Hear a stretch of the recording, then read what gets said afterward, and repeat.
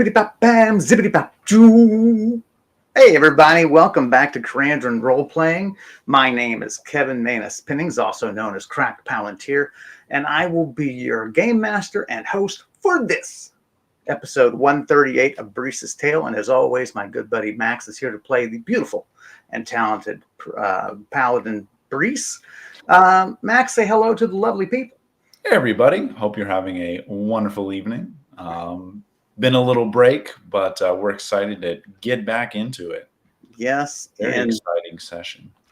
Yes, indeed. We're going to do some recap because we know it's been a while. We apologize. We had travel stuff and medical stuff, all complicated. It's entirely my fault. The long and short of it is we're going into some catacombs beneath a city called Pesidarius. The why of that, Max, why don't you fill us in on the why? The why is that, one, the catacombs are very cool. But more importantly, Brise, my character, is part of a kind of offshoot religious sect, a cult, if you will, that believes in that magic is this ability that everyone should be able to have. This is called the Cult of the Nine Stars. And so they believe that there is a way to grant magical abilities to everyone, and that the church is kind of their current religious teachings have prevented that from happening. So there is a site of the Nine Stars within these catacombs. And I have notes from a wizard, Oshekra, that has visited this very site and recorded in detail how he got there and what he found. And so as part of the importance to my faith, I would like to go see that for myself and see if there's anything else I could find out about it. Right. And the whole cult sort of aspect of your belief, we call it a cult, but that's not to be confused with the common sort of D&D concept of a cult. And it's really just a minority faith that's generally persecuted. That's the sense in which we use a cult. There no doubt is some that we know of that have more nefarious purposes. But here, a cult is more like a cult classic kind of cult. That's a good kind. That's right. But Oshekra, the wizard, he had a vast amount of knowledge about your cult. It was a crazy roll in our sandbox little world. It was a crazy double-aught roll for his level of knowledge about your faith, and he actually had some shocking insights into your faith too. One that they weren't trying to unlock people's natural ability to have magic, at least according to his studies of the runes they left on the sites that he visited. Mm-hmm. They were trying to basically grant people the ability to use magic who couldn't otherwise.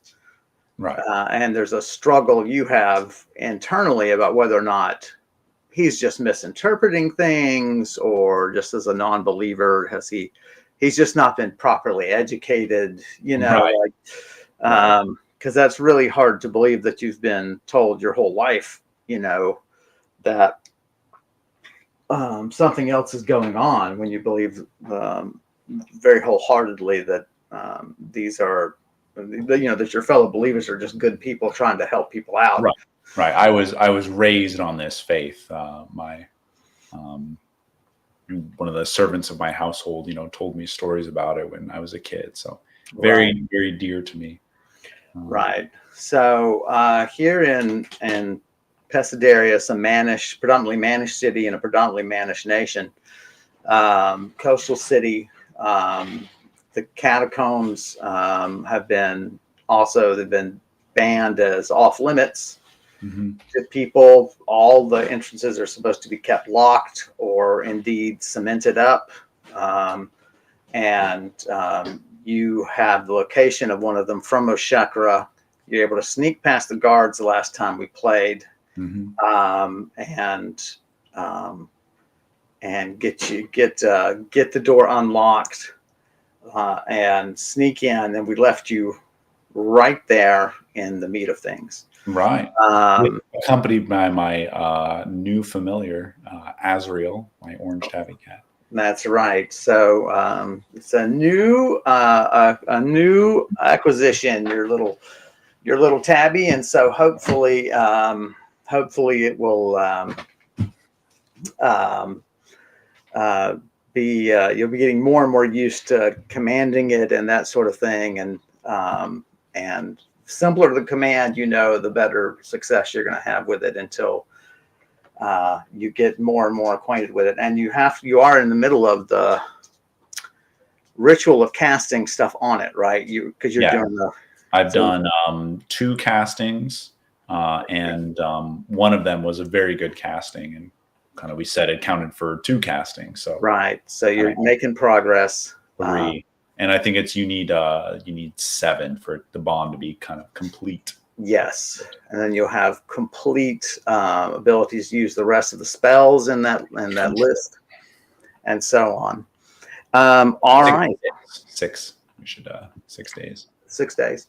Mm-hmm.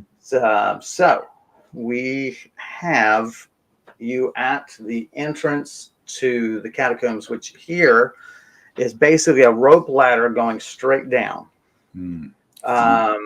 Let's talk about your lighting situation. What's your... So I'm going to light my floating lantern and kind of give it a whoop, and it'll fly into the air. There you go.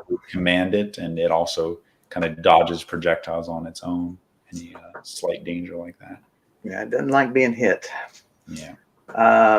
So I guess, I don't know how my cat's going to climb down the ladder. I guess I'll kind of hold it in my arm, and I'll... You can... So the rope... 3 hands. Right. So it's you call the fireman to help you get it down. Right. So the rope on my shoulder. I don't know how big he is. So clearly the rope ladder has seen some use, but it's in good shape. But also it's interesting to note that here and there are iron rungs that have been driven into the thing, but some of those iron rungs have corroded and given way. So this entrance has been open for a while. Yeah. And doesn't seem to be, if you had to guess, it doesn't seem to be an original opening. It seems like one that was dug in hopes of finding the catacomb. And quite some time ago. So the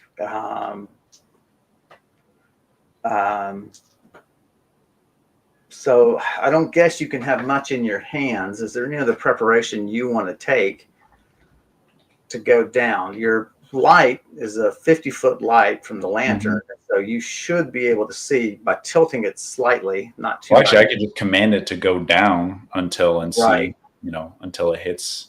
Well, until ground comes into view. So we'll do that. Yeah. So down it goes. It's about a 40-foot climb down.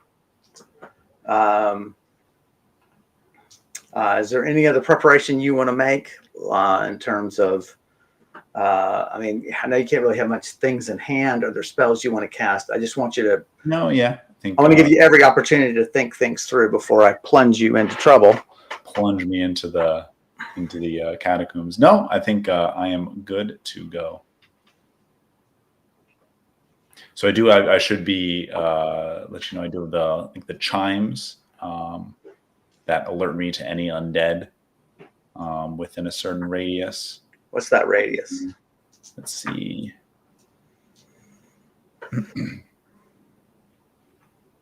Where did they go? Where are those chimes? 200 feet should do a chiming sound in my ears. Already going off. All right.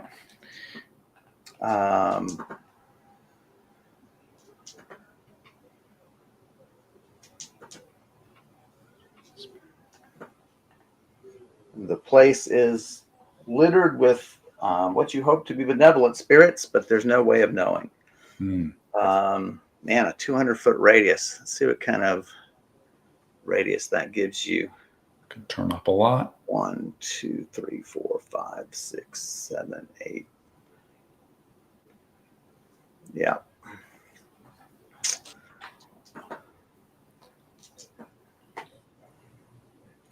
Well, you have a more complex view of the undead than probably most of your brethren, Hmm. because you've certainly met undead that are not malevolent, and you certainly have met some that are malevolent. You've met some that are certainly dangerous, but not, but just mean no harm. Right. Exactly. All right, just make some basic rolls to climb down. Just give me 2 basic rolls. Climbing down. That's a 5. That's excellent. We'll just say that's a pause. What a And slips great on just a You know, I think I'm gonna head back to the brandy fire. Actually, maybe the catacombs are for tomorrow. Okay. Gather myself and try again. Yes. 69. Okay. No, that's auspicious. Much beginning. better. And then an 89. No problem. Climb down. You find yourself. If you keep it. Oh wait, there's chat. There's Obi-Wan. Hey, Obi-Wan. Already on the chat. If you keep an eye on the chat for me, I'm going to be mostly preoccupied with the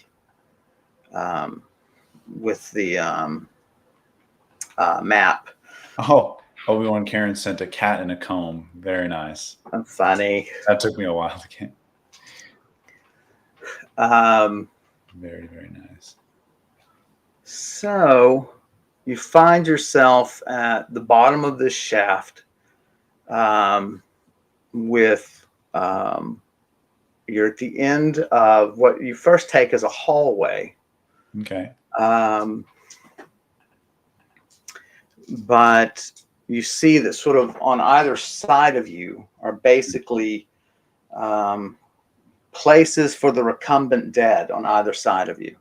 Hmm. So, it makes for a narrow walkway through, but stacked 4 high are these sort of, it's sort of like bunks on a naval vessel, Mm-hmm. Where they can lay the dead. These dead have been thoroughly pillaged, their bones on the floor. What little of their shrouding is left is torn and rags. There is no whole body present among the ones right that you can see. Right. So the lowest one, it starts at the floor, and then another head high, and then one just above, just within reach. And that's on either side of you. Your light casts, of course, 50 feet in front of you. Mm-hmm. There is a sort of a black grime to everything. And you realize that you don't exactly know how your chalk is going to cut through that grime and still be seen. Mm. It's very damp. It may be a mold.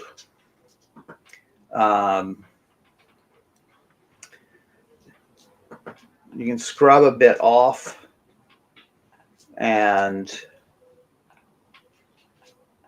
here, when you scrub a bit off along, say, the bed-like support, right, that runs horizontally of a tomb, there is unmistakably the emblem of the dagger and the serpent. Oh, okay.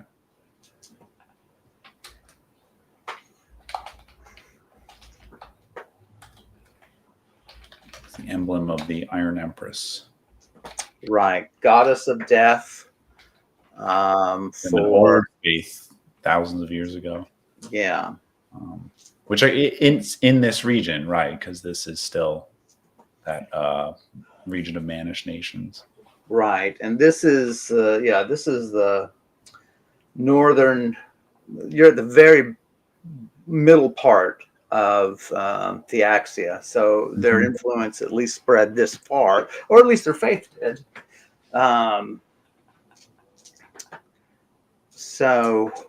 is this, did you say it was etched into the wall? Into the bed-like support. Okay. Like where they would rest. The tombs Right. the tombs and this, what do you want to call them? I mean, it is just a. Yeah, I know exactly what you mean. I just don't know if there's a name for them. Yeah. Right. So it's the dead. Right. They're sort of, alcoves. It might be sort of bunks. Spaces, It really does remind me of naval bunks, where I want the top bunk. It's like, too bad. That's right. You're dying here. Yeah. And it strikes you this is probably, some of the poorest of the dead. Mm-hmm. Maybe not poor per se, but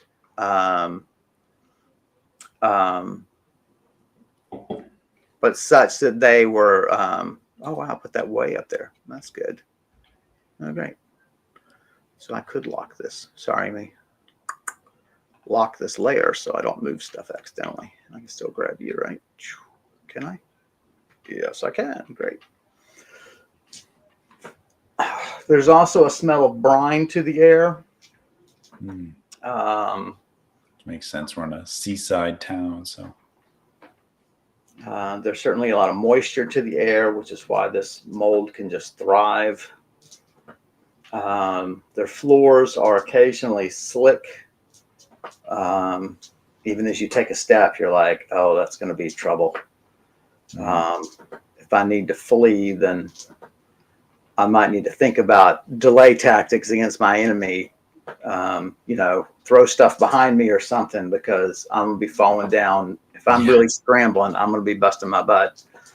So, I wonder if I could maybe I should type an A for your cat for Azrael. Let's see about that.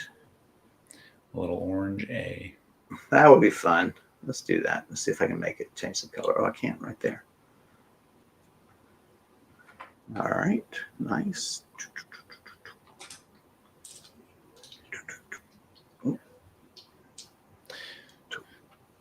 Is that good? That's good. So I guess the chimes that I have, they allure me to when undead are within 100, 200 feet, right? What happens if they continue to stay within that radius, right? Or then you just get a regular chiming. Okay. Every so often, just hear it. Note that down. You listen for movement. There isn't any. There is the sound of water coming through the walls behind you specifically. Why were you not letting me? There we go. There's your kitty cat. Oh man, that is way too, wow. I got to do something about that. That's way too low. That's way too, I need to cast a shadow on that dang font. I can't see the thing. I don't know if I have a drop shadow on here.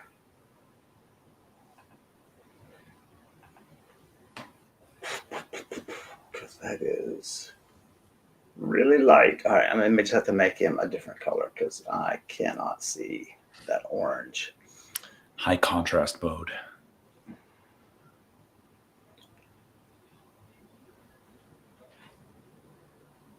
You know what? I'm just going to make him a dark blue.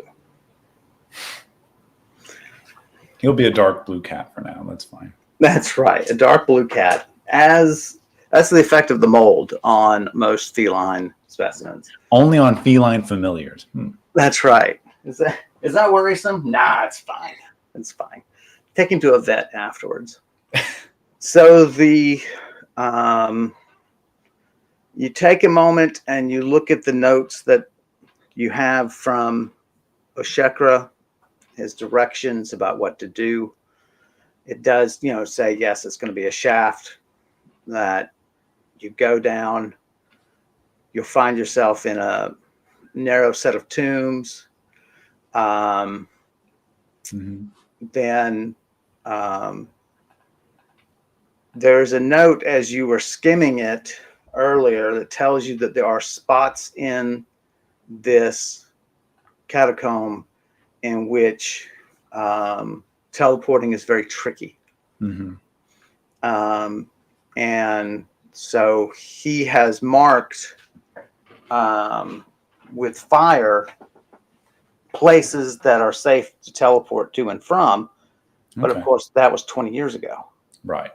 There's no way those survive. But his belief in the notes is that, or as he expresses in the notes, is that it's from the complications must be from the various protective magics over various tomes. And those magics produce an environment where it's just tricky to just casually. Right. So his argument is the poorer tombs will be the safest areas to teleport to and from because they will have almost no protective magic to them. Right. I gotta find a better place for my drink. There we go.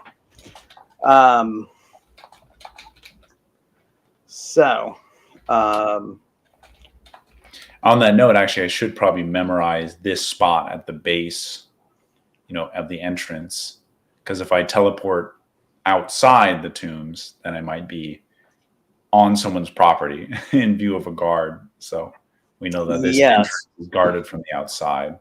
I managed to sneak in. Right. It would save you the climb, of course, to be able to teleport straight to here.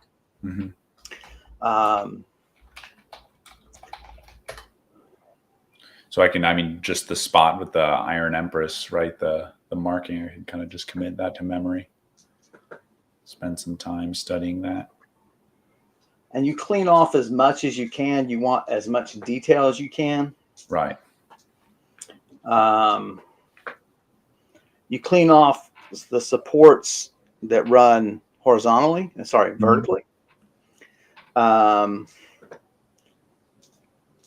And here you see images of Astalin, the head of the modern day pantheon. These are often done in bronze or copper.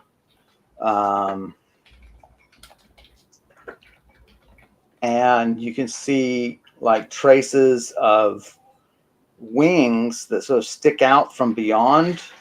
And you're betting, of course, that must be the eagle that they're covering over, right?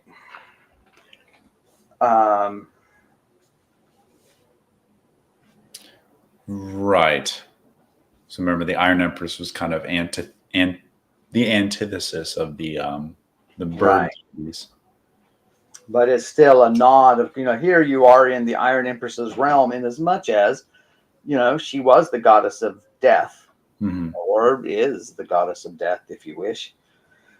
And so, but here's an attempt for the modern day faith, to reclaim this holy space as their own.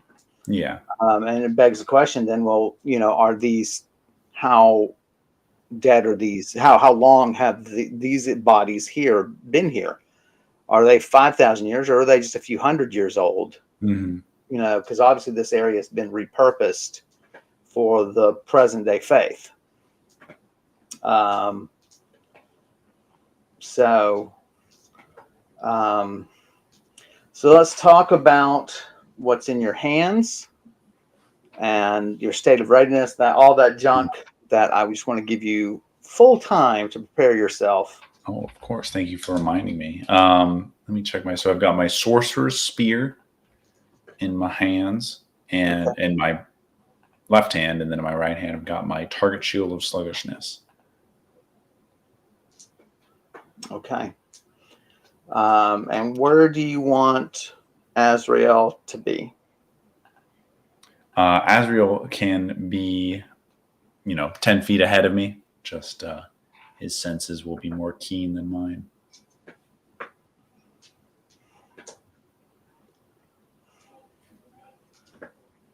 With concentration, you can feel Azrael's anxiety, but your relationship, the bond is too weak between you to get a real sense of that, of like what it is.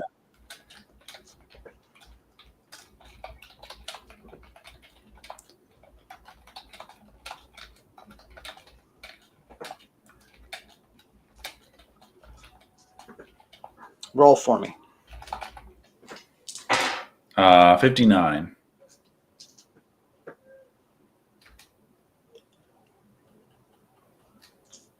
So some of the things that he sniffs at, you take a quiet moment to kneel down. Were you gonna leave stuff here at the base of the thing so you were not clanking about, or did you leave that at the? Do you remember we were talking about how many bags? Yeah, so I've just got the two sacks that I'm bringing that I've labeled on my inventory, and then my bag of holding. And so what's not in that and what's not on my belt is left behind. So that should be left at the brandy fire. Okay, left at the end. Okay. Yes. Should be good.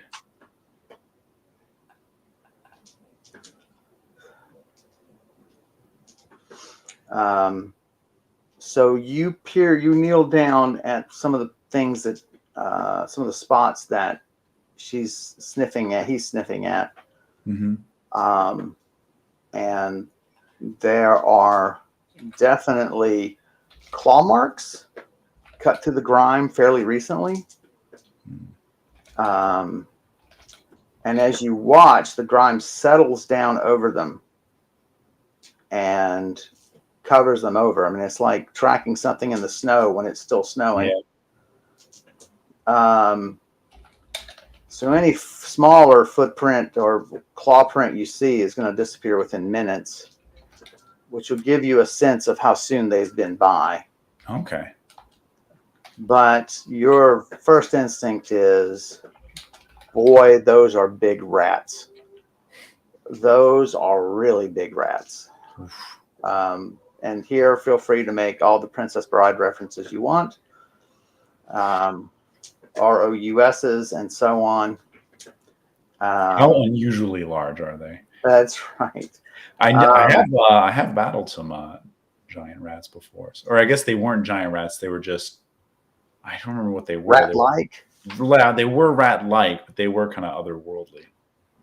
Right. They built that big nest in the Goblin Manor. Yes. Yeah. And you just kind of let them be. You're like, that's all y'all. Right. So, I mean, it's weird to think, but these rats must be larger than your cat. Right. That's.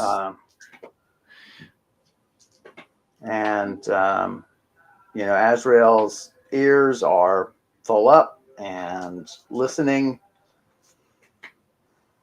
And do you have any potion to make Azrael like 4 times bigger? No, but I think you'll be pleased when you finally get her to be a full familiar of the abilities you will have with her. Yes.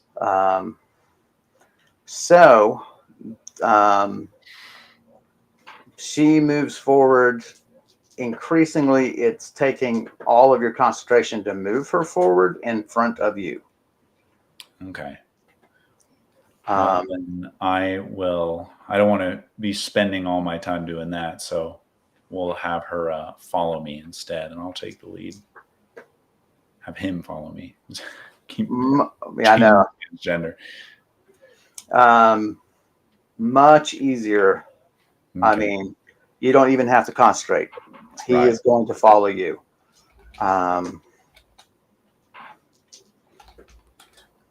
So the instructions are at this point to go down this set of tombs, Mm-hmm.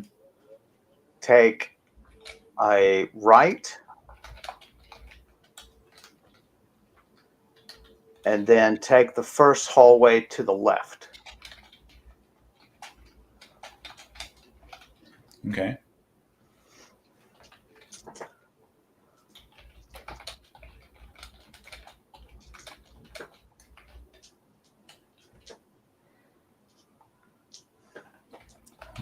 Concentration. And so this hall just goes straight ahead until Well, this tomb, set of tombs, right. communal tomb. Communal bath tomb. That's right. As you go about halfway down it, is that right? 1, 2, 3, 4, 5, 6. Yeah, about 2/3 of the way down, your light falls upon a narrowing of it to a short hallway, and then opens to a hallway running 90 degrees from your location. So that would be presumably, it's the only, you only go right or left up ahead. Okay. I'm going to have you stop and listen basically at any intersection. I'm not going to deny you the use of your senses. That's my gift to you. Thank you, Kevin. That's really considerate. Letting my character listen.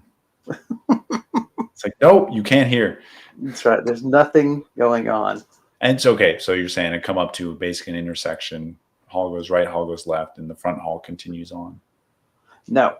Oh, so it ends. Okay. It ends. It's you're in a T. You're approaching a T intersection.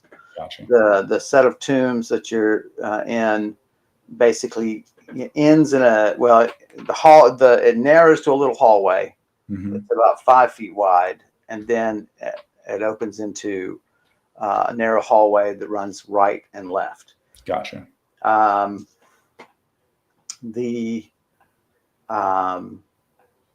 The sound of running water gets louder, and there is a voice now whispering. It's difficult to tell from what direction either sound comes from.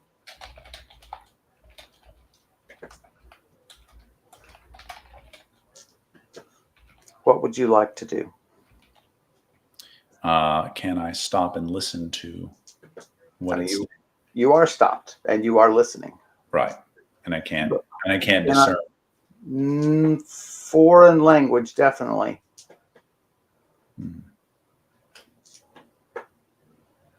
So it does beg the question if you're going to take out your staff. My Kelthorn. Yeah, might as well. So my Kelthorn is a alien plant growing in a little pot of soil that I can stick into the ground, and it will translate anything it hears and speak it back in one of your languages. Facts, or I guess in any language I understand, right? Yeah, and you can sort of command it to choose. My guess is you're pretty comfortable in, facts is probably what you used culturally. Mm-hmm. Take it out. It sort of roots into among the stone. You tap on the little cover that's atop the thorn, Mm-hmm. and it flips open, and there is that strange little mouth at the top of this, spike. It's, how long is it? It's not that large, is it? It's a baby one, yeah. Kelthorn. Young Kelthorn. It's like like a cane would be up to maybe your waist. Okay. And it's the Kelthorn speaks back to you. It speaks just like really loudly. I'm like, shut up. That's right. Hey, buddy. The quieter it is on one end, the louder it is on the other. That's right. You got to change its mic settings. You're like, they just. I like pull on the pedals, like. Yeah. A copper to pass. A copper to pass. 2 copper for a meal. Copper to pass. Copper to pass. 2 copper for a meal.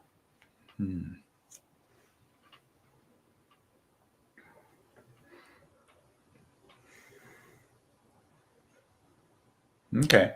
I will put the Kelthorn back into his little potted soil and back into my backpack. And we'll take out a copper piece and have it in my hand with my shield, right? Okay.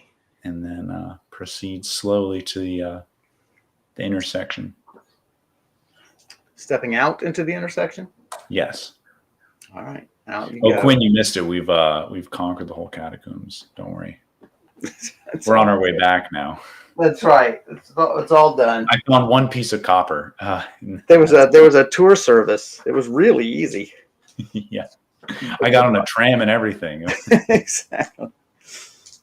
As you step out, pale light to your left attracts your attention. And there is a man probably in his 50s. He is transparent. He is dressed in peasant's clothing with a ragged cloak around him. He holds a pole. It looks like a punting pole, that is to say, a pole for boats. Mm-hmm. That disappears into the. It too is transparent, and it simply disappears into the thing, into the ground.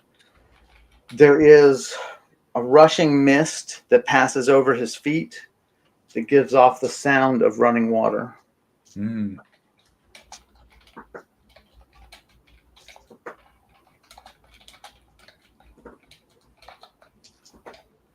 He makes eye contact with you, reaches out his hand.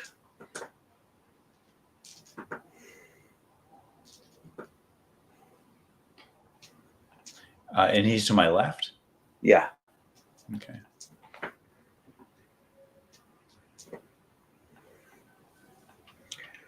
I'm curious what obligation you feel to this guy. Yeah. I mean, he's not where I'm going, but I don't really know.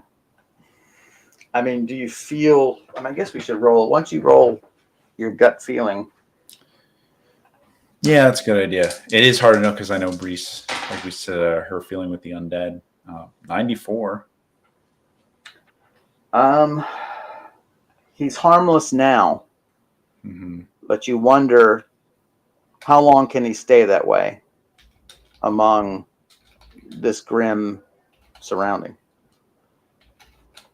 So close to the surface too. That's interesting.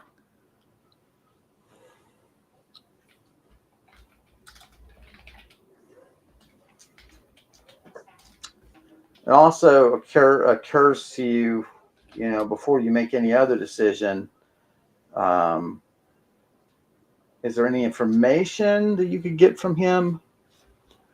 I don't know what that would be. Well, possibly other denizens of the tombs. Yeah, I know. I'm also looking for, as a made a kind of an acquaintance at the Brandy Fire Inn. I should scroll up and remind myself. She serves a master who is looking for a series of 6 plain iron crown. 3 are buried in the catacombs here over 200 years ago, although they're all below the first level. And so we could be on the lookout for those. Yeah, I'll just address the man here. I'll ask him what his name is. So you take out your Kelthorn again. Right.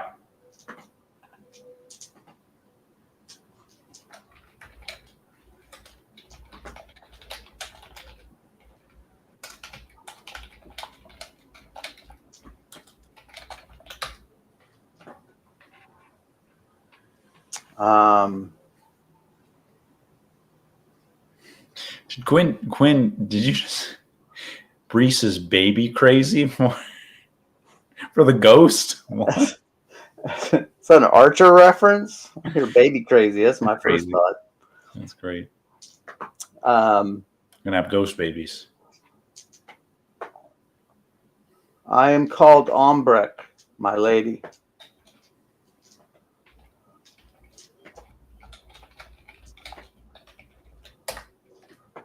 And to be honest, there are better ferrymen with better accommodations to fit your stature. Though I wouldn't mind a copper for the word. Meaning the word of advice. I'm not sure I understand. A copper for a word of advice? He did give you a word of advice that, yes, you can pay. For what he told me, yeah. Right. Yeah, I mean, I will have the copper in my hand. I will attempt to drop it into his hand. I don't really want to touch his ghostly form.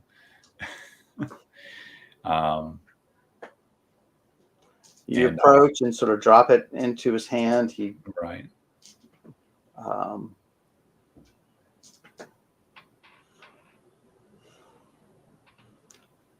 Yeah, seeing him up close, there is a sense that what innocence he had is being sorely tested by these surroundings. Mm.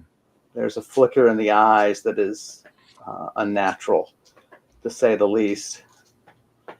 But the coin passes into his hand. He puts it in a pocket, and you watch it dematerialize. Mm.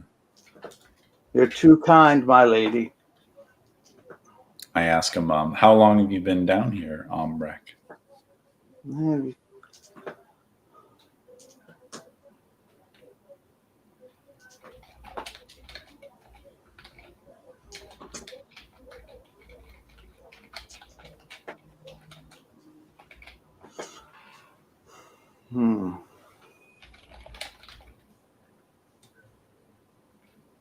Since before the Elven King was overthrown. Mm. So that may mean when Theaxia freed itself from Elven rule. Right. So that was about 450 years ago.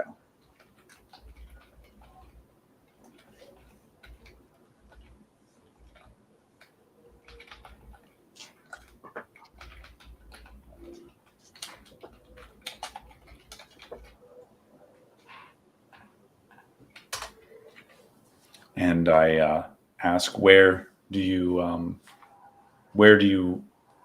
rest in these tombs? Close to here, or do you travel them?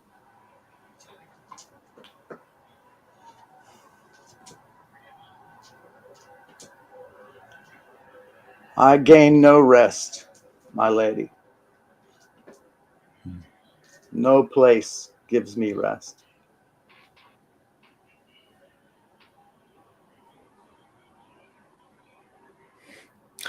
Okay. I ask him if he has seen the, oh my gosh, where are the names of the crimes again?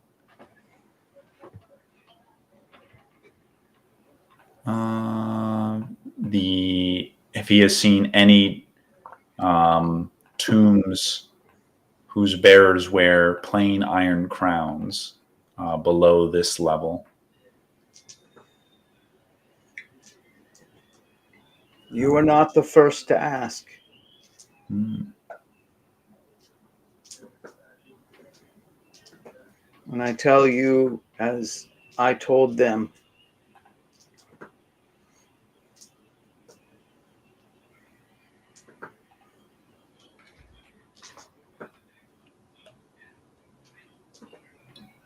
beware the bearer of any crown here.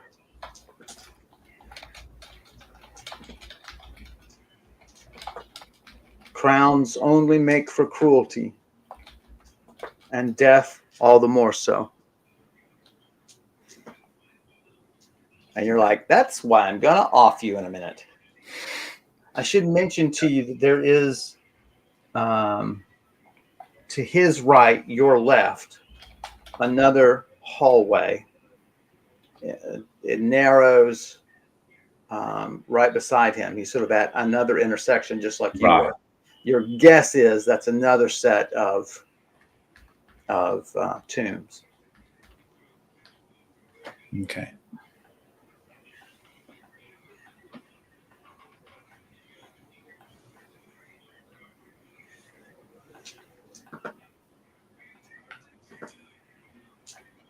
Beware of crown bearers.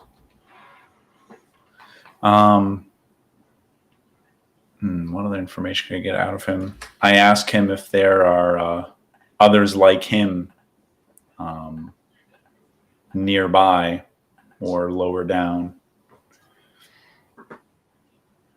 Are they all mostly scattered about, or are there more of you grouped together elsewhere? I have seen no other ferryman. Okay.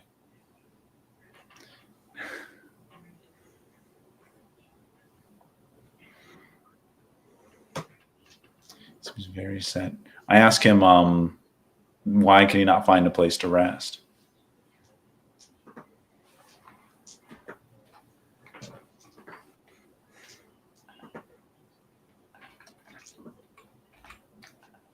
I ascribe it to Astellan's will. I have no other answer. And I have little means to seek an answer.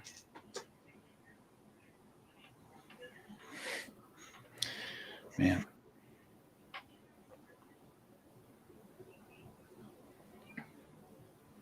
It's very, very much a spirit of few words. I'll say that. Well, I mean, you're sort of asking him big questions that... I know, yeah. I mean, what's the meaning of life? It's hard to frame it as like, that's what I'm trying to do, like as, to put myself in his mindset. Like, yeah. I mean, it is understandably alien. Right. And I've had conversations with other ghosts before. And it's a similar thing, right? They kind of just, the moment they died, that is their personality. That is who they were. Yeah, it's kind of even after all that time passes, they're not like gaining new knowledge. You're like, yeah, they're sort of frozen. That's a very interesting observation. Yeah. They're sort of frozen in some sort of amber of sorts. Mm-hmm.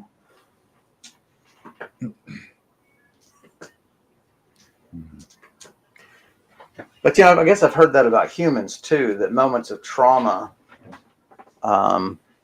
slow or even stop like maturation and growth. I think I've actually heard that, but any psychiatrist or psychologist listening to this, feel free to leave us comments. No, I think you're perfectly correct. Actually, well, in fact, let's treat it as 100% truth. Everything that's said on this stream is 100% true. That's right. There's a city called Pesidarius. That's true. Okay. Yeah, I don't know. What other question? He seems very willing to talk. Just if there's any other questions I could word. How is check in with Azrael? How are they doing? Reacting to Ombrek? Certainly not wanting to approach more. You can tell. It's he is sort of backed against the wall of the hall, and he moves his attention between you and Ombrick and what's further down the hall. Mm-hmm.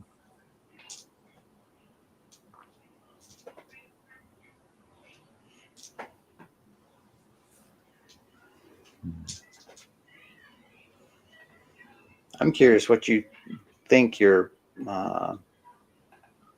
what the end disposition of Ombrick is going to be for you. Yeah, I'm not sure. I wanted to. It's weird because I've encountered like like we said, violent beings, who I have to kind of fight back against, but I don't really like. Is it right to, I guess, just try to destroy this guy and free his spirit? I mean, it's got to be a happier existence than what he is enduring Right. now. I mean, I ask him, is it, how do I word it? If you cannot find rest yourself, perhaps I could help you in some way.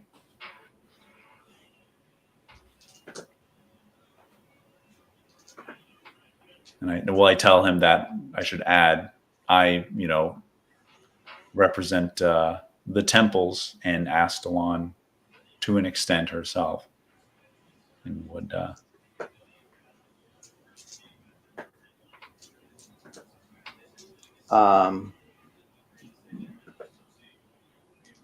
The unnatural green light takes on a purer color.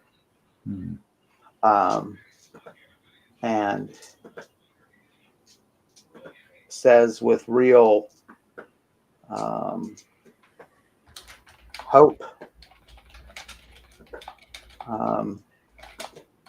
I would be in your debt, and bows to you deeply and straightens.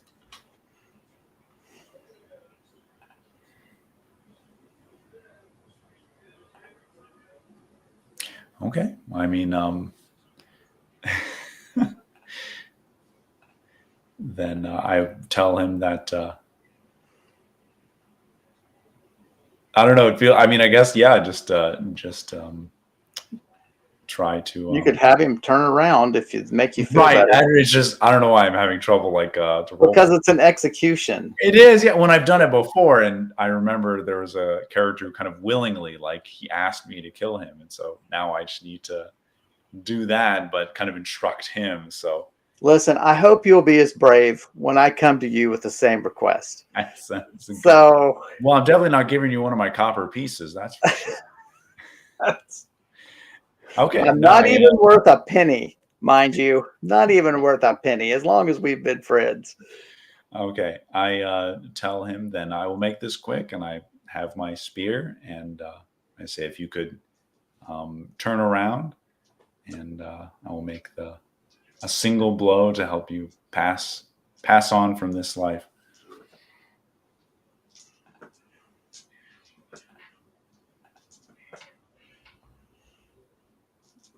He turns, he kneels.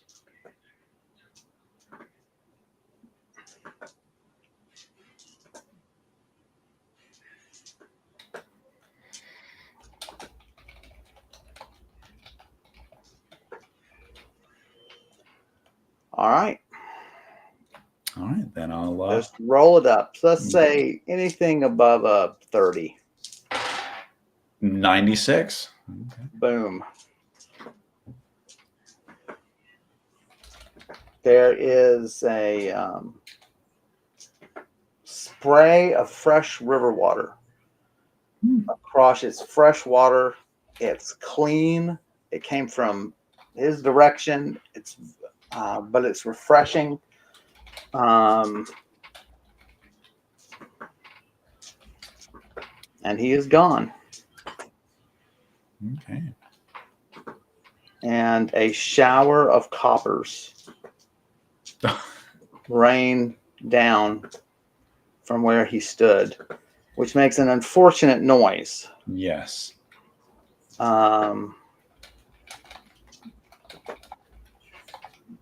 But there is many coppers there. I mean, it's a pile. Well, I'll take one back. It could be interesting to take one and like make it a necklace or an earring, or you know what I mean, like just an Yeah. emblem. Yeah. I like that, actually. I will. I'll take one back and set it in my belt pouch where I keep my Okay, treasures. And maybe just label it Ombrex yeah. copper coin. But Okay. literally, there's enough coins here that if you were to run through this pile, it would trip you. Like, you know what I mean? Yeah. Like, you wouldn't Yeah. slide on them, you would trip. Your foot would get buried in the pile and slow you and cause you to stumble at least. Right. It reminds you of when I was in the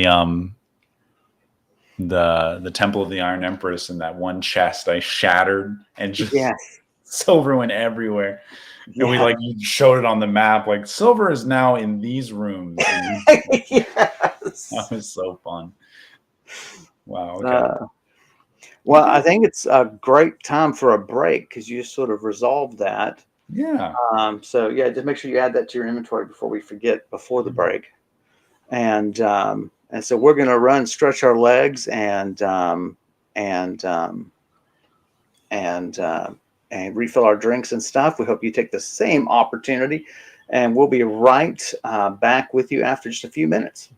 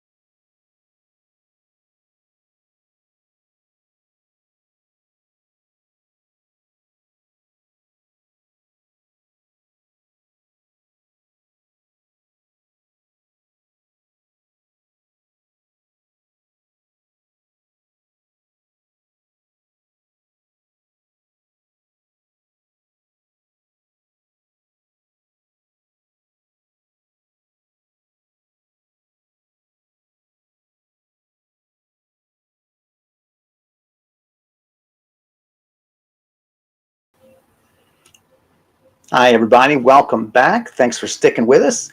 Let's get Max back on here because really, I'm just eye candy. Oh, there we go. There's Max. I'm the brains and he's the looks. That's God help us. God help us in both cases, if that's the case. In both instances. So, all righty. So we just had a pretty interesting discussion with a undead ferryman. Um, um, who just seemed to be doing his thing. I didn't really get much information out of him, but it was still a nice little interaction. One spirit, one less spirit to be corrupted by the tombs. Exactly. Well, and to be trapped in this life, not Right. move on as it was intended. Mm-hmm. So, So I will all right. we'll go down the hall. Well, actually, we can check just a short way, peer down the hall to my left, right? Oh yeah. Well, to be yes, to his right. It was to his right, your left. So you go down. Let me type this into the chart, and then I will hop over to the map.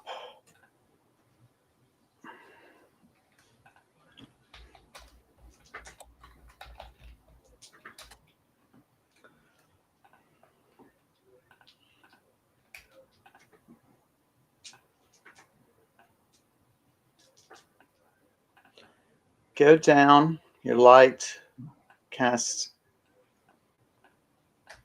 down some length of another section of poor tombs.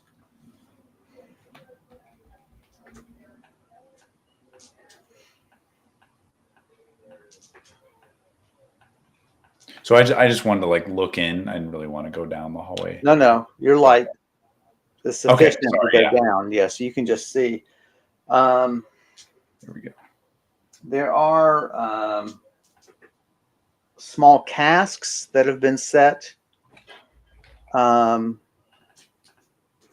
into the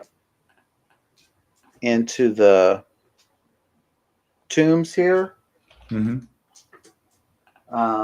Some of the tombs have been completely, I mean, like cleaned. Okay. Even through the grime, you can tell that the grime covers a very, a flat surface with no debris. You know what I mean? Um,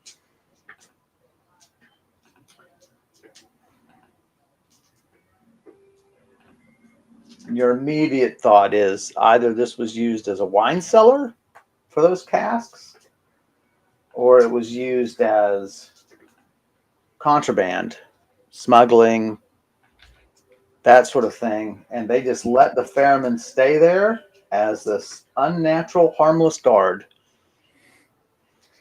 Interesting. Yeah, he didn't seem to be moving. What would you like to do? We'll take a look inside one of the casks, see if it's filled with anything.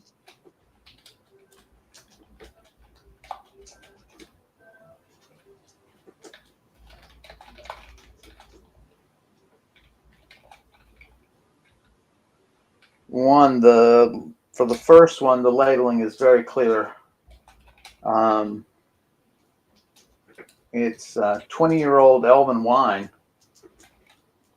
Date are stamped on it and so on.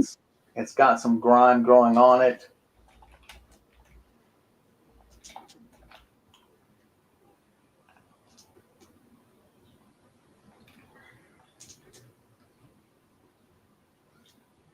The elves must make a good wine barrel. The grime doesn't love this wood. Leaves it clear enough for you to read.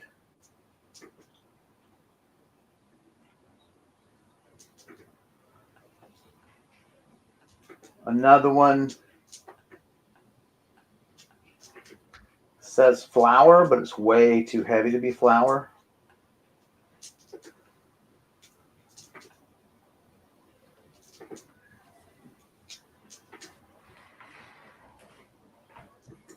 There's some dwarven ale that you have to scrub off the grind to read. Mm. Ales from around the same era. It's about 20 years ago. And the final cask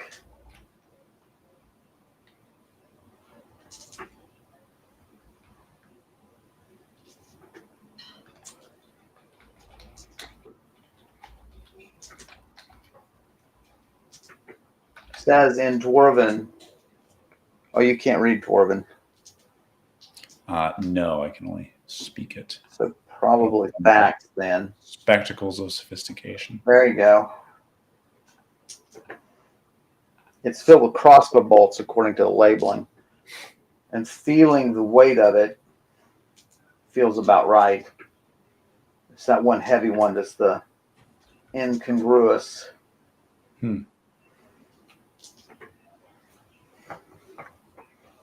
What would you like to do? I guess so. You can't really open the cask, right? You need to like. You just got to take it down, set it up right, and then pry off the lid. Yeah, I'm just curious. Why is this one different? So we'll try that. It is really heavy, but you are really strong. You take it down. Where's that thing for you? Oh, there we are.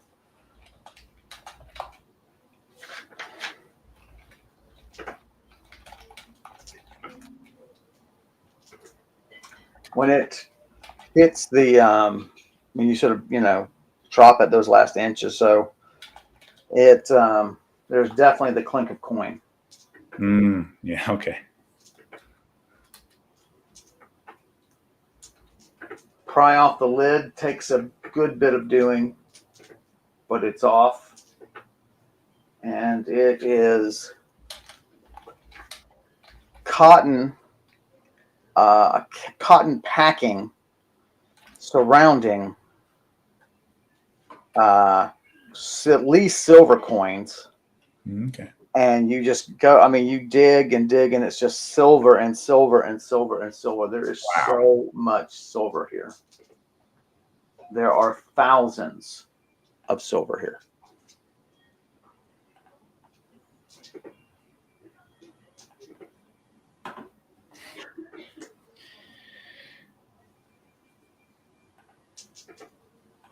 What would you like to do? Okay. Well, can't really pocket thousands of silver, but I'll take a few handfuls. Well, pick a number below thousands. I will take 70 pieces of silver. So then I'll have 101 silver. This is my fee, my finder's fee. You don't have a sack. You could just leave it at the foot of the foot of the ladder. It's kind of like we said, well, we had this conversation before, right? If I ever need lots of silver, I know exactly where to come. No one else is going to come down here and find this, right? Well, it depends, right? It depends on if this household takes bribes to be let in. True. And you've just killed their guard. Again. But I know you're not hugely motivated by money. But I just want you to consider all angles. Right. 1,000 silver is, it's that's thousands. like hundreds of gold. Yeah. It's thousands. It's a sack would hold it all weight wise, but it's probably 30 pounds of silver. Well, I'm not in any too much of a rush. I go into the catacombs pretty early in the day, so I'll if you got an empty sack, obviously I do, and that's what I'm saying. I'll just start shoveling it in there, because then I could just, like you said, put it by the entrance. So the sack will bear it all if you want it all. We'll take it all. Okay. And so what we'll do is, because you don't want to count it now. No, I want to count it now. That's fine. Yeah. Well, how long we got? Yeah, it's only 8:12. Got another So just 50 start minutes. counting. I'll let you know when you're done, and I'll step away from the stream. One Mississippi, two Mississippi. No, but seriously, you could just count it in your room later. Yeah. And so, Or if Brise knows how much a silver piece weighs. it has a scale. But just write down a sack with several thousand silver. Yeah. So what does that take me, 10, 20 minutes to get all that done? Oh, probably 5 minutes just to scoop it and Okay. try to get it out of the grime, and then you walk it over there and drop it off, Nice. So, now you sort of open the sack, right? And just have that bag of silver there, and you rememorize the spot, because that's so much more memorable than all the other stuff you did. Yeah. Yeah, it's going to be fun. You'll be paying your hotel bill. I'll take all the copper coins and put them in the barrel that was full of the silver. Oh my God, you're so mean. They're going to be like, oh yeah. And it's still like as heavy as it was before. And you open it up. The boss is going to kill us. What have we done? Money's been devalued by 90%. Talk about a curse in this place. This place is the worst. It makes your money worthless. That's right. Oh my gosh. That's funny. Okay. So yeah, I'll note that down. Was that room with the casks, did that hall just end? It's not a hall, it's one of the tombs. Right. Did the tomb? Okay. So sort of a tombway, if you will, not a hallway. I'm maintaining a little like kind of mental map I'm drawing as we do that. So it's like, it's your light hasn't reached the end of it, but your light couldn't reach the end of the first one. Right. So you're only about a third of the way down, and the light shows that the tombs continue to stretch away. Okay. Well, we'll keep walking down this tomb just to make sure there's nothing else at the end of it that the smugglers left behind.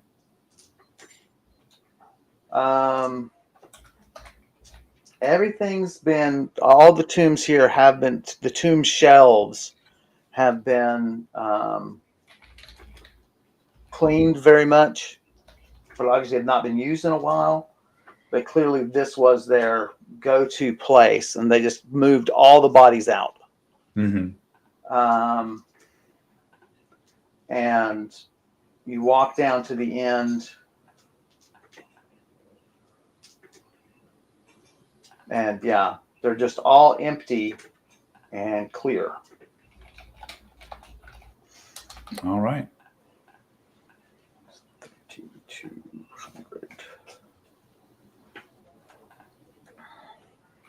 Then we will leave this tomb and then make a right and back on track, following Oshekra's directions. All righty.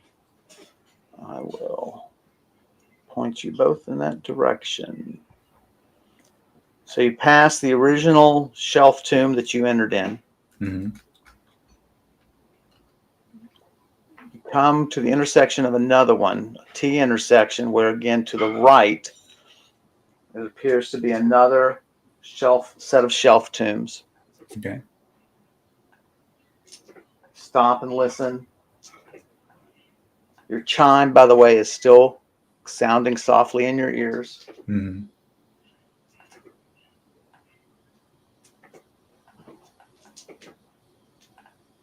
Azrael is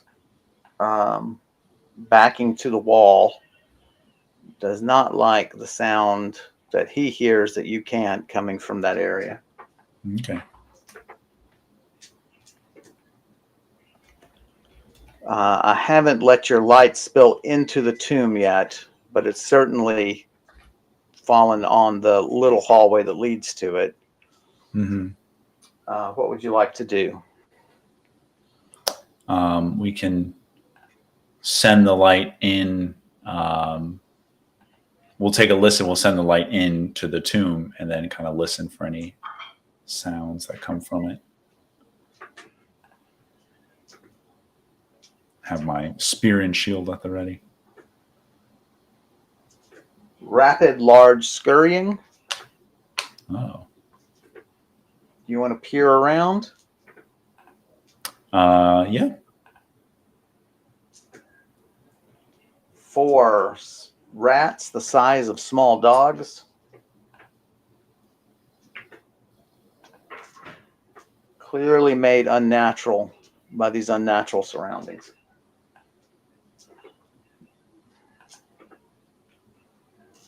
They do seem genuinely frightened of you. So, as the British say, one good shout may send the lot off. But that's also a good shout. So, you're aware of those complications as well. Yeah. No, I would. It's better to make them scared of me because then they'll steer clear of me. So. You could just jump at them. Right. Could threaten them with my spear. I'll hiss at them. That's not bad. That's not a bad idea. I mean, something that doesn't carry so far. Right.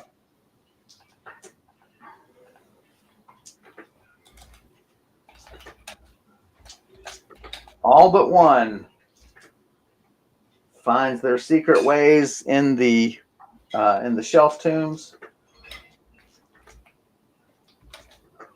One has backed up, but is just glaring at you. What would you like to do? 3. Well, do they seem? I guess they'll probably. I don't know. They'll follow me down the tombs, but might as well dispatch of him now while we're having full sight of him in the light. So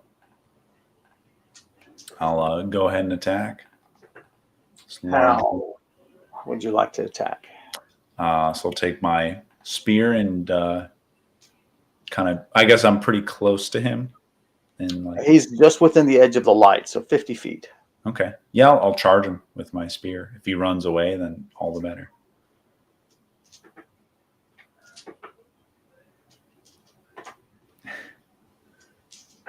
Yeah, that's enough for him.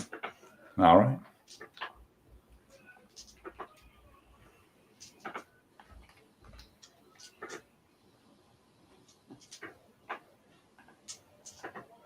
Away he goes.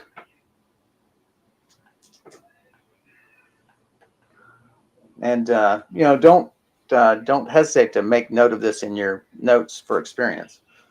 Yeah. Okay. Recording. Which we're way behind on, and we've got to get you leveled up. Oh, we're still behind. Playing is as fun. No, it is more fun than doing experience, but experience is actually still pretty fun. All right. Your light has not shown you yet the end of the hallway you're in. Have you ever thought about doing experience like on stream, just like for one of the stream sessions? Well, I've thought about it. I just don't know. I just don't know. Right. I mean, if you think it's something we should do, then we'll plan it out. We'll talk about it. Yeah. I mean, if there's a day we feel like, you're not feeling like, doing a full creating the world and everything, it's much easier just to kind of go through. Revisit the. Yeah. It's always a possibility. But okay, so let's also just go to the end of this tomb, make sure there's nothing in here. You're a little wary of doing that because you would be going into the rats. Yeah, and so you'll definitely pass the places where they have scurried to hiding places. Well, I can just send my lantern down and just see what it reveals. Yeah. So it goes down. It finds the back of it. There are ample tombs here with, they've all been plundered and torn into and so on. I mean, just sort of a real sad state of affairs, you feel. Which is we talked about this, but we probably should have talked about it before the stream started about your own, like if you come across a sword laying across somebody's chest, right? You come across a spear that is mithril and, what's your stance on that? Right. And I mean, like we said, these tombs, because they're marked with the Iron Empress, right? They're thousands of years old. Like, does the, you know, over time, the sanctity of death, right, kind of Sure. wear But off? the ferryman just gave you evidence that, well, and the redecoration of the Right. tombs suggests that a lot of them are more recent. Right. That's true. Um, Yeah, we might have to just roll in it when we get there, especially if it's like a good item, right? Like what I are mean, they? yeah, exceptional, one well fitted to you, Hmm. one that you're trained in. I mean, that's yeah. Um, that's a pain in the butt. That's a tough choice. Um, all righty. We'll continue back down the other direction. Yeah, straighten you up. Your lantern finally falls upon the light of your lantern finally falls upon the end of this hall. It ends in sort of a pointless little T intersection, even though forward just dead ends. Um, Hmm. but there are some holy symbols carved into that wall, that little dead end, and so on. There's an iron table there, probably where you could leave offerings, or you could leave, incense burning, or you could, um, stop and pray. I mean, it is sort of a little alcove of sanctity. To the right is another shelf tomb. Okay. You're at that. You're just prior to the intersection, of course, listening. Um, no sounds coming from it, although Azrael disagrees and is Man, um, sensitive ears. and is she's not comfortable with what she's hearing down there. But I guess you just want to send your light down. Yeah, we'll do the same as before. Send the light in, see what we can hear. Floating lantern is it's so useful. I mean, it's just It so really useful. is, yeah. I mean, it's not a powerful magic item, but man, Even then, because like having to cast a light spell, right, is like you still have to choose a static point or carry something, but like being able to command it separately is so nice. super helpful. Uh-huh. So goes down, plenty of ravaged tombs.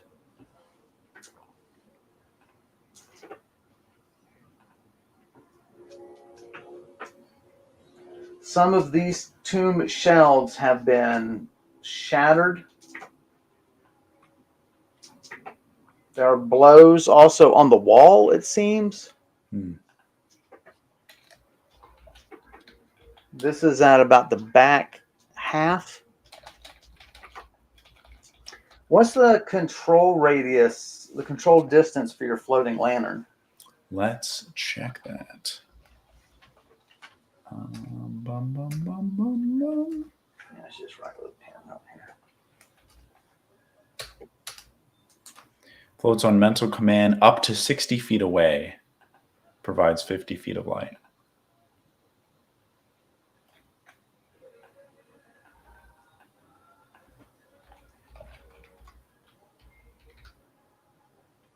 Okay.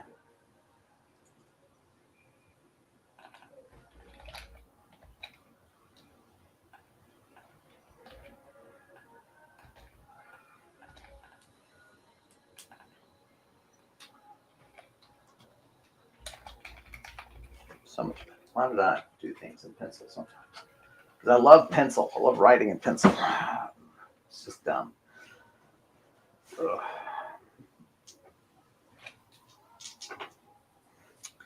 Um, so hammer blows and so on. 60 feet, 50-foot radius. So yeah, it's just barely able to catch the end of this hallway.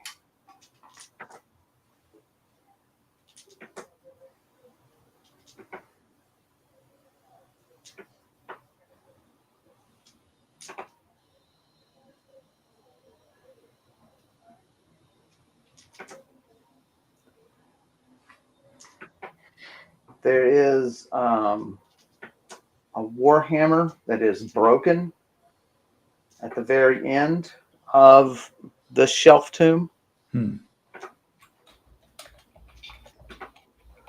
It is clearly not made for humans. It is massive. It's probably triple the size that one would expect. I mean, you could probably wield it two-handed, but it would probably be so difficult to wield. You would probably fumble it probably 1 out of 6 times, something like that. Quite a cumbersome. No, that's not too bad, actually. Yeah, it's basically how often I fumble a teleport. That's right. That's. Would you say, I guess, so 3 times the size, so made for like a giant, essentially? Like no, giants would probably be even larger. Okay. Certainly a troll, ogre, maybe. Troll, right? Okay.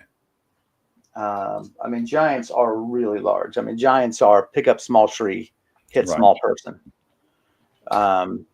You know. So I had a tree guy come to my house back in Georgia one time, and I asked him, "Hey, what is the weight of a tree?" And he said, obviously it varies, but he's like 2,000 to 6,000 pounds. I was like, that's just good to know. I just, So you could see a giant wielding probably 1,000-pound, small tree, maybe add 100 pounds to the end of stone or something. And man, right. It's one of those things where I would only roll to see if it hit. I'm not going to roll to see what it does to you. We all know what it does to you. That's right. That's right. It makes you mush. That's what it does. All righty. You want to investigate that hammer any further? Yeah. Let's take a look at it, see if it's got any interesting properties. I wish I had my item lore tome still. That was really cool.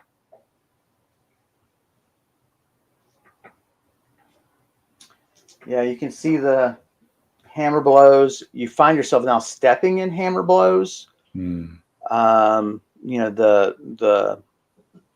from the distance, it wasn't great to see that there were sort of craters in the floor covered in this grime. It's definitely this place. You're going to definitely want to take a hot bath after that, given your. You find yourself pulling your hair back, tucking it deeper into your coif.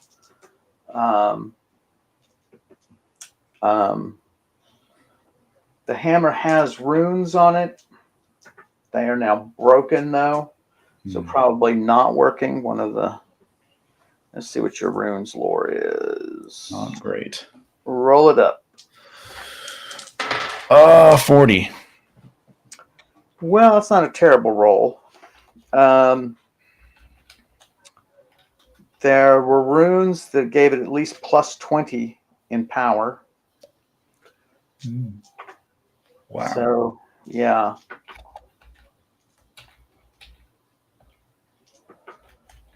Do you wish to attune to it? Grime, I should say, is not growing on it. Okay. Do you want to attune? Yeah. Roll it up for me.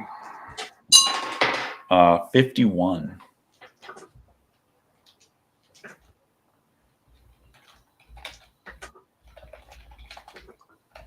There's a fading enchantment on it.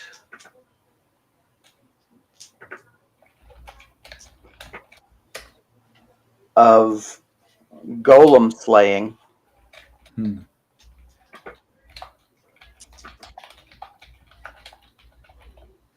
there's a fading enchantment on it. Good Lord. Plus 35 magic. Wow.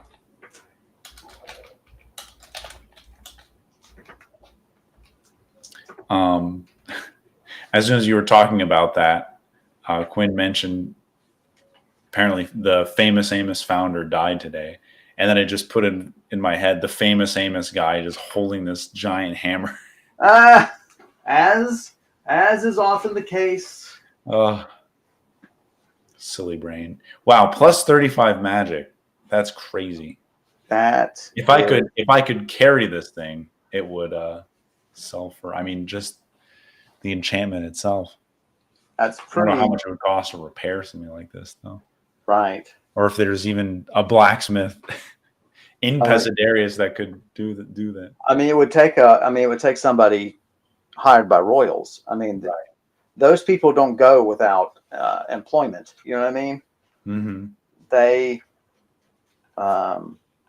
man, I mean, they're so sought after.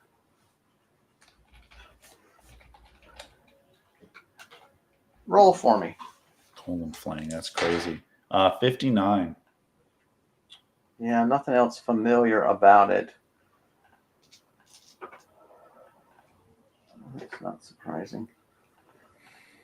Thanks, Quinn. So, famous Amos did, in fact, wield a magic hammer during his war against the Cookie Elves. the Keebler Archers. I do have a warhammer in the game, a magic item. It's called Archer's Bane, and it lets you parry missiles with your warhammer. Oh my god, that's crazy. I'm very fond of that. I think that's cool as shit. Okay. So, yeah, turn back down this hall. All right. And so, remind me. So in the main hall, we came to another T intersection, and I went into the right to this tomb D. Right to this. Right. I'm labeling them. This is tomb D. Right. And so and that's where you found the hammer, mm-hmm. The old hammer tomb. So exiting it, there should be a hall straight ahead. Right. Okay.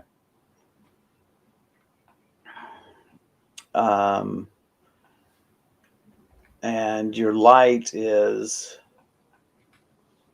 cast ahead far enough, or just at the edge of the light, you can see a broader room.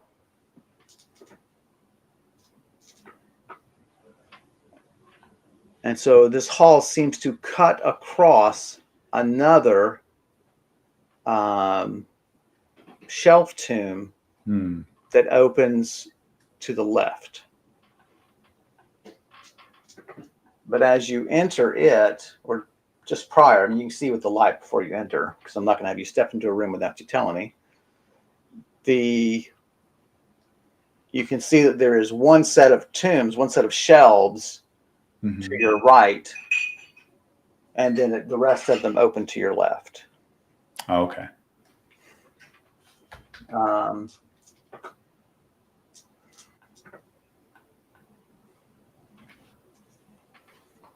Okay. Yeah, we'll step into the room. Well, let's have you listen first.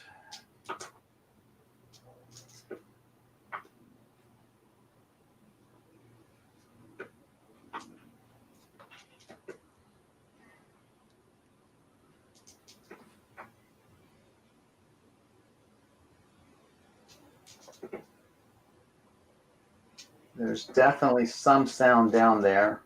Mm-hmm. Azrael is more curious than afraid. Your light is easily seen, of course, now.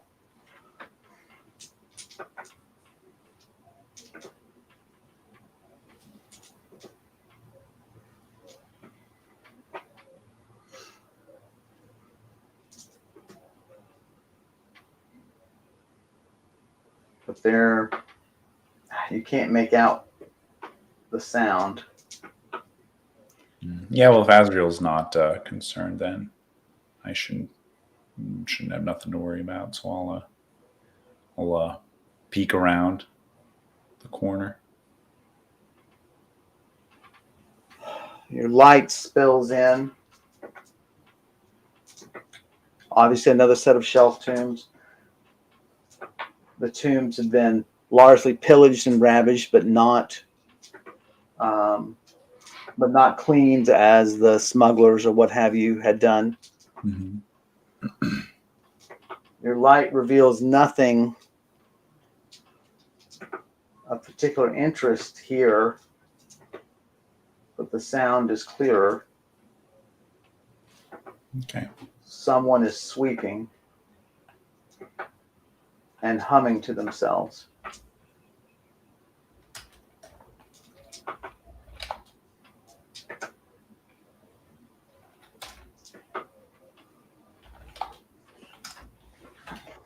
But it's well back into the darkness.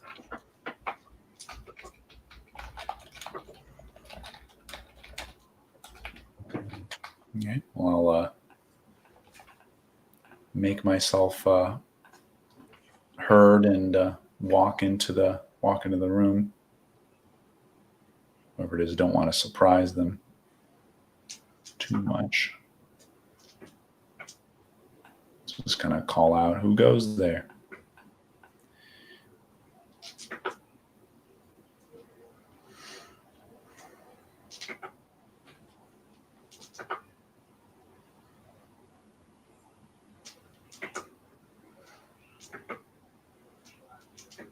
Language you don't understand. Calls back to you.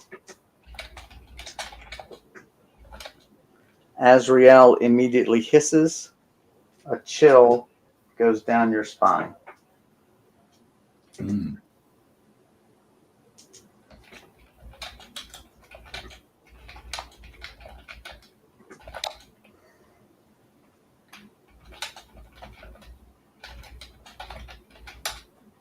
I have my spear and shield at the ready. Does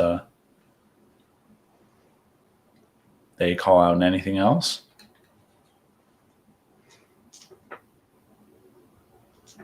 Well, you wait for a moment, Mm-hmm. and they essentially reply again, different words. The sweeping nears, but it's still well into the darkness. You're going to have to send the lantern down considerably. I'll push the lantern down and walk ahead. And as I'm walking, so this room is this is just another tomb either side, right? Just more. Yeah, shelf tombs, I think we'll call them.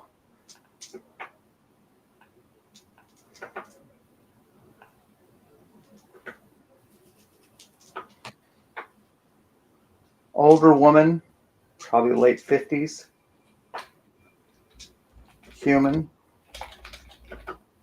Her garb is unusual, but familiar.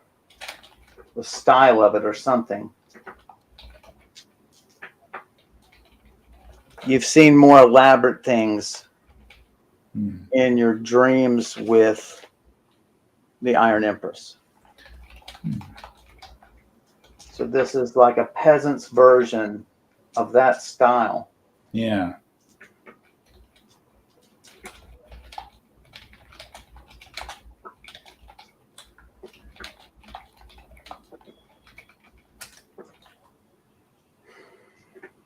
She seems motherly, but you don't forget that feeling. Yeah.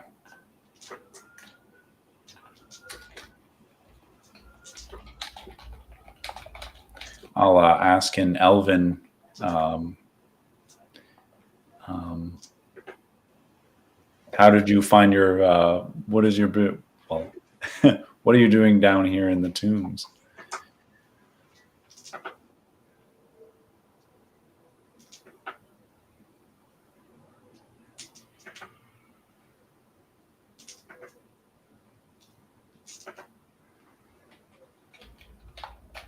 She speaks to you in a heavily accented Elven. Some words you just straight out miss.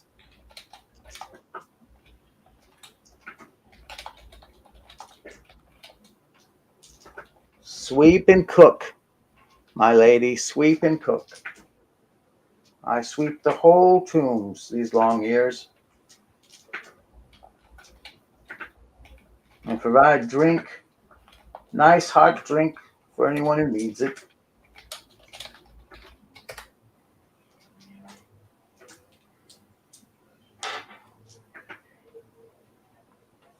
It's got to be some months now since we've had a visitor.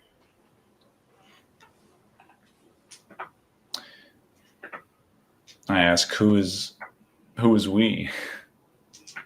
The tombs. Others down here? Oh. Didn't think anybody was coming.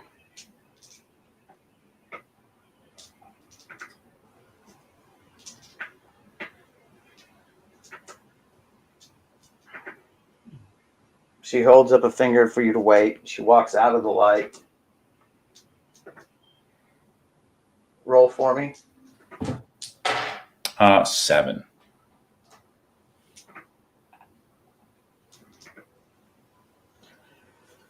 You know, I think I'm just going to let you realize you're too smart not to. Yeah, she had no light down here. Yeah. None. Walks into the black, comes back with a kettle and a sort of a portable brazier. Set a cup. I think Obi-Wan Karen's figured it out. Oh my God, it's my upstairs neighbor from back in Macon.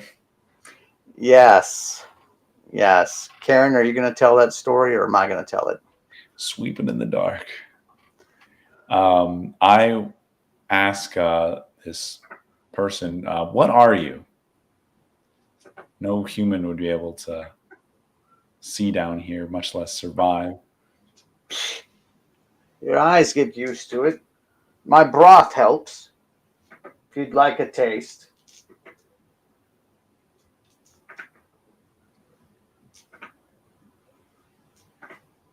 Whatever you can spare is enough.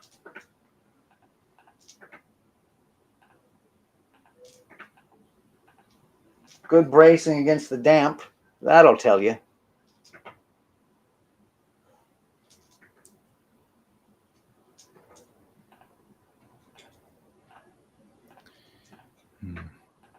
I tell her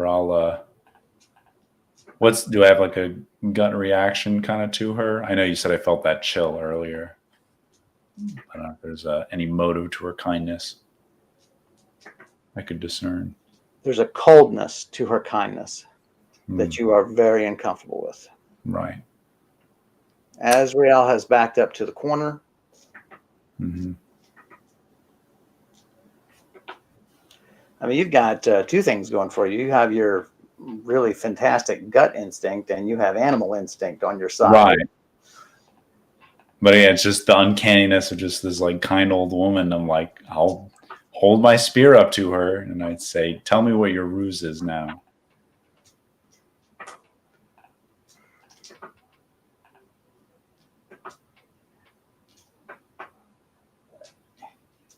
If the price is too much for you, just take the broth. Deprive an old lady. She sort of slides the brazier and cauldron, ahead as far as she can reach. She rolls a cup toward you angrily.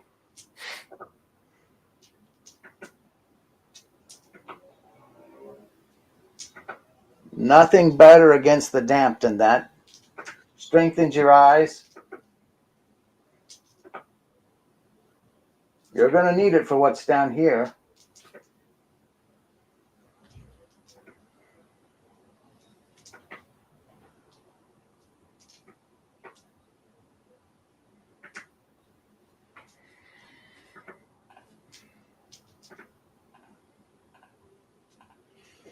I mean, I'll just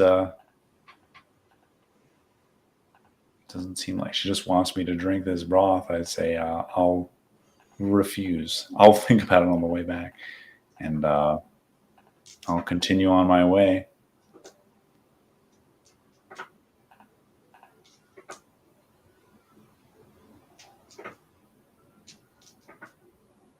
No one refuses Mother Torum, dear. No one.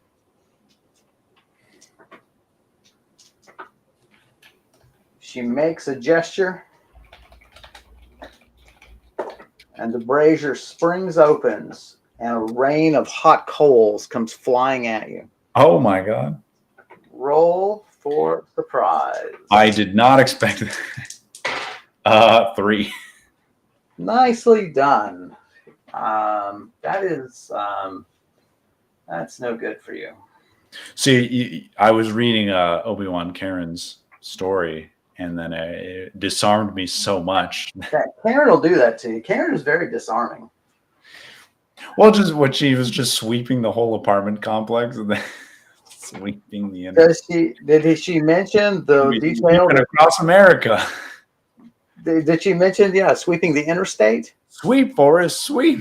No, but seriously, did she mention that? Yeah, no, I mean that's what she said in the story. That she then taken to a little poor darling special hospital where she can sweep in safety. I'm gonna let you roll your own the attack against you. Isn't that nice? Sure, why not? I mean, I rolled solo last time, of course, 67. You know, that's not bad. You know, one away from certain death, but that's okay.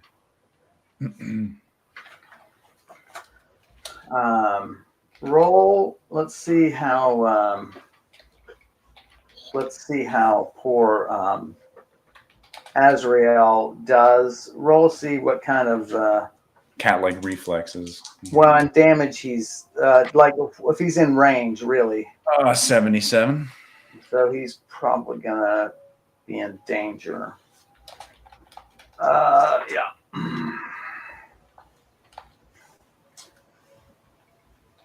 You're stunned 1 round. 43 hit points of damage. Ow.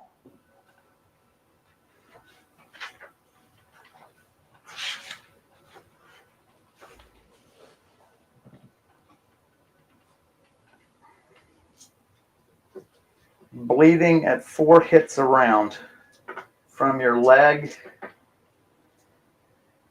Wow. That is some serious blood loss. Mm-hmm. Not fun. Just a dot of ink from the printing press.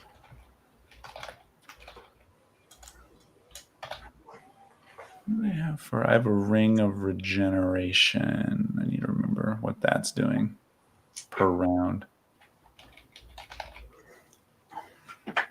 Heals 1 HP a round.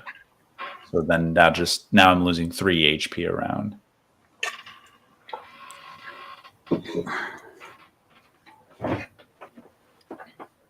Okay. Let's roll some initiative. 1d10. 7.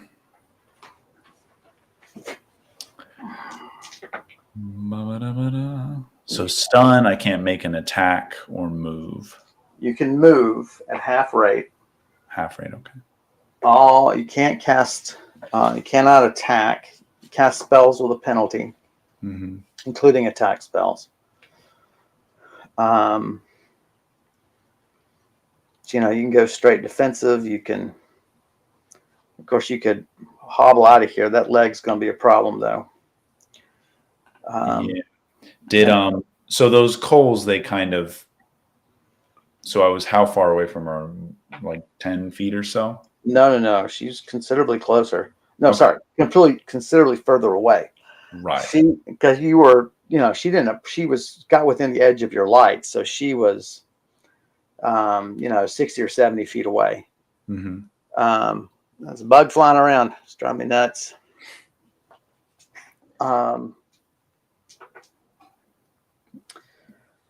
How difficult would it be for me to run over and kick the brazier in her direction? Running. That's the part that you're not great at. Oh, I got to roll for the cat. Oh my gosh, the attack on the cat was a 1. Ooh.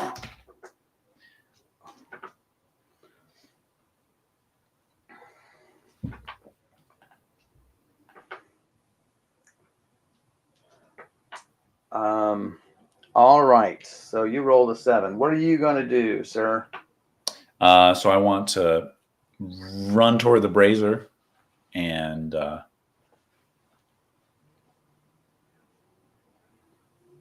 Yeah, well, position myself between her and the brazier so she can't get to it.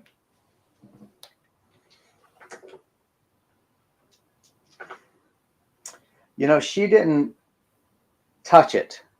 Oh, I thought you said she like opened it. No, she made a gesture I'm and sorry. it flung open. Thank you for clarifying that. Yeah. So you are. Well, then I'll go over and kick over the brazier so that it's. I don't think you feel that that's really a helpful tactic.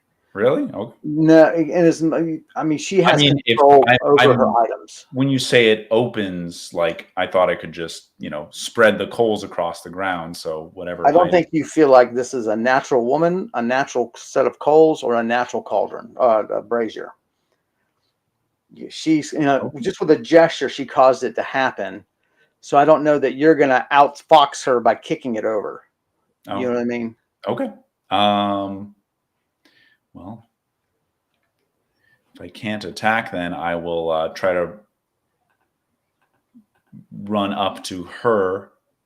So then I will position myself, but away from her and how am I trying to say it? Right. I want her to be between me and the brazier, and I'll have just go defensive. So there are corners you can run to very quickly. I mean, it's just right behind you. You didn't go very far down. Yeah. And you have cover you would gain cover from ranged attacks and force her to close. Okay. Because you say, I mean, I didn't think there was any cover, but if there is, then I'll take that. Because you rounded the corner, right? Mm-hmm. You stepped down a little bit. She came forward into the light. So there are corners behind you, the nearest of which is the one that you just turned. Okay.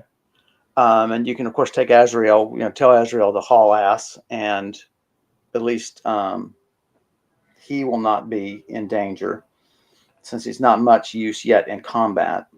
All right, so I'll do that. Tell Azrael to flee.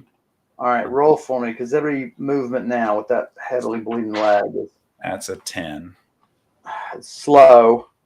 I'll give you one other very small action. Like it can't be a spell. You could do a potion, something like that. Yeah, I'll take a potion of healing. Pour that on my leg.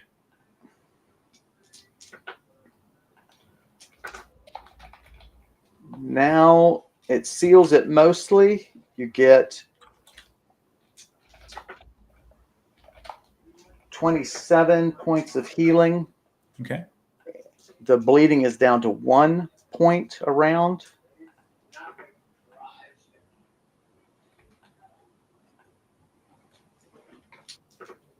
Okay. Is that with the ring of regeneration, or do you mean you're still bleeding? Okay. Even bleeding with the ring, right? And it is possible for you to bleed out with the ring of regeneration. I understand. And so, basically, if you lose 100 points of blood right now, you will pass out even at 100 hit points. Well, I've lost 4, so right, you're okay there. Okay, so trade in the corner. Use the healing potion.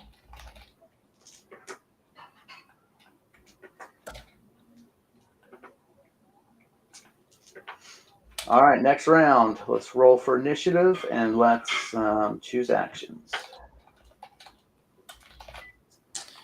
Initiative, that's a 7. Nice. You are beating her to initiative, which is rare for you. 7, yeah. I'm kidding. Oh, we got to wrap up here soon. We'll see. I'll leave it to you. Take out this hag. We're going to. So I don't know what other power she's got, but she is an old woman. So let's charge her with my sorcerer's spear. Give her a little stabby. All righty. I'm going for all offensive. She definitely was not expecting that. Charge. Wow, that is It's serious. It's a bold move, Cotton. Thank you. Bold and foolish. They are sometimes the same thing, but not always. All righty. Roll your attack. 87. Yeah, it's well off the charts. Wow.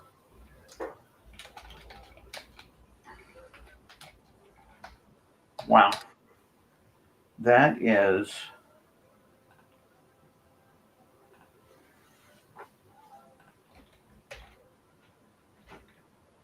yeah, she's not so much the dodgy type. I think I'm just going to give you 2 E-criticals against her. I'll take it. I think I'm going to give you E for excellent. puncture. I'm going to give you a crush for kind of slamming into her. Yeah. All right. Okay. Roll the puncture. Puncture critical 98. Woo. Right through her heart. She shrieks, rips the spear out of your hand, is clutching at it, staggers once, explodes in mist. She and her items, except for her broom, disappear. Wow.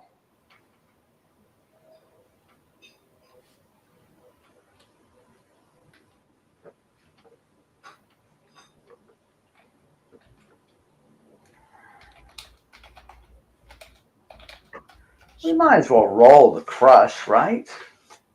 Just see. Just for fun. Roll it up. 30. Not unexpectedly, you also crack some ribs. So, Ow.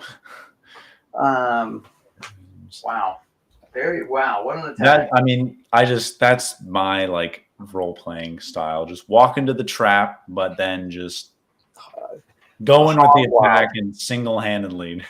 That's right, and one blow. 98, yeah. That's fantastic. Single-blowedly.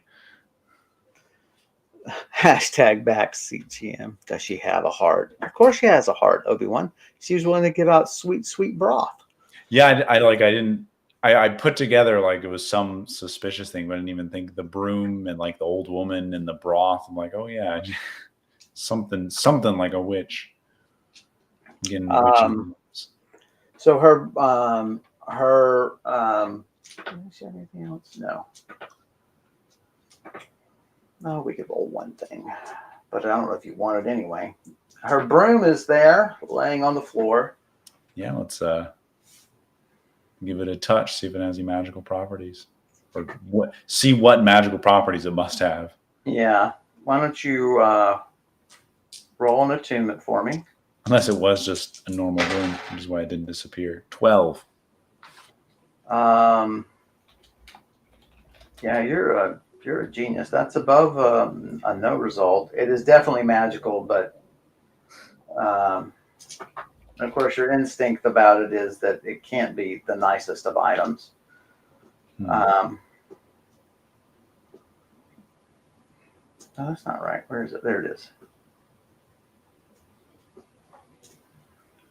There is a potion remaining. Okay. If that's of any interest to you. Yeah, I'll see if I can identify what it is.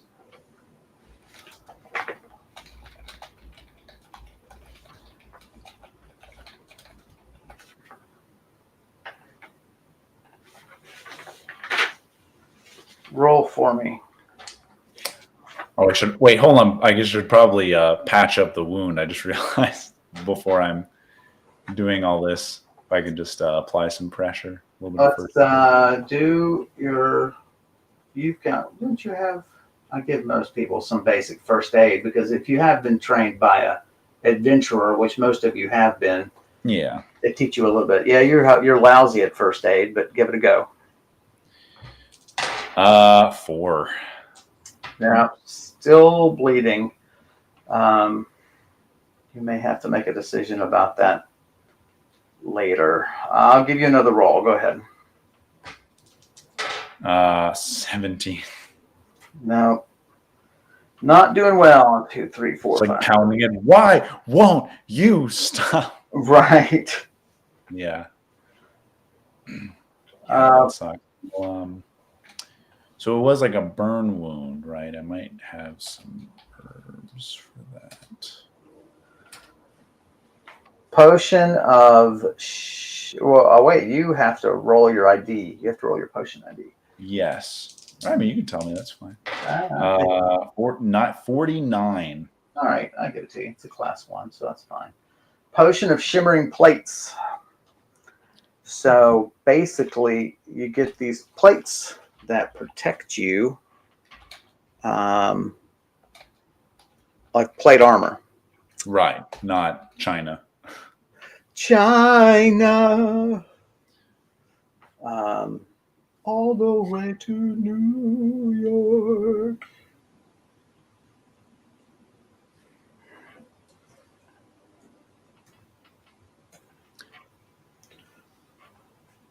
Okay. How so it like they surround me, or is it like armor that So it is hovering, shimmering plates of light.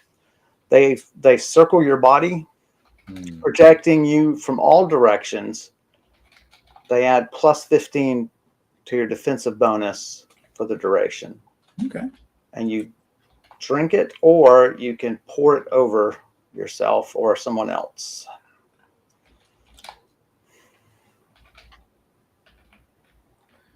Okay.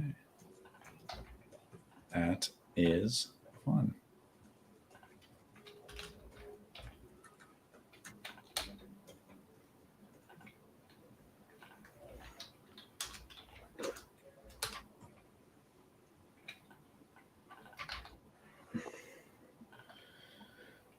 All right. Yeah, I don't have any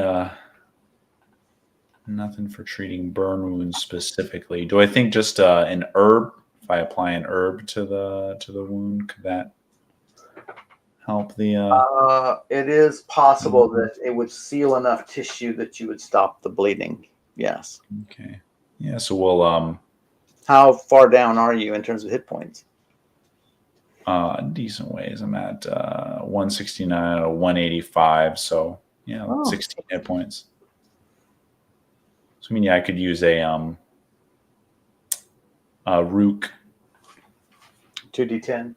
Mm-hmm. Kind of apply that to the wound.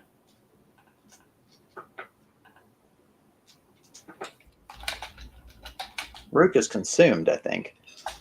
Oh, I see what you mean. It would probably be one that needs to be. But still, I mean, if it's going to heal injury, and that's where your injury Yeah, is. that's what I'll eat it, and hopefully that heals the.